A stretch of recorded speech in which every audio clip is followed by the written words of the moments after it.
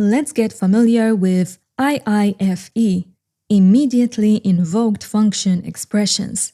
And IIFE is a function that is executed immediately after it is defined. Here is a simple IIFE example. Open parentheses, and then function console log, this function runs now, and immediately call the function with parentheses. In this example, the function is wrapped in parentheses to treat it as an expression.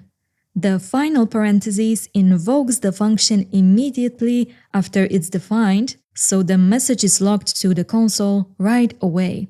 IIFEs are commonly used to create a new scope, avoiding polluting the global namespace, and to execute code that needs to run immediately. You can also pass arguments to an IIFE. So function name, console log hello name. And then let's immediately call the function with name Alice.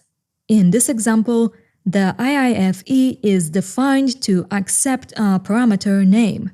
The function is immediately invoked with the argument Alice, so it logs hello Alice right away. One of the most common uses of IIFE is to create a private scope to avoid polluting the global scope. Const result is an IIFE function with const private variable. This is private. And then let's return private variable. And let's console log result.